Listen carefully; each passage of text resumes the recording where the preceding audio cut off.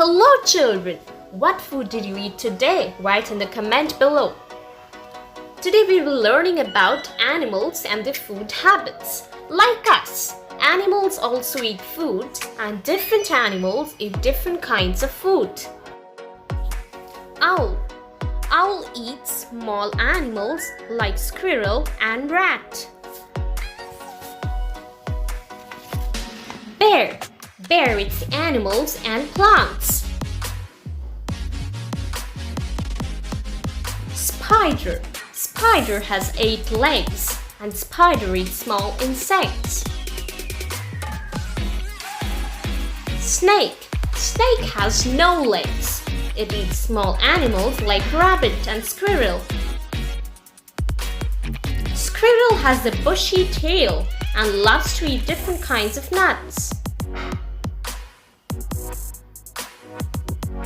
Cat. Cat has a spongy paw and loves to have milk. Caterpillar. When caterpillar grows big, it becomes a butterfly. Caterpillar eats leaves. Lion. Lion eats other animals like deer and zebra.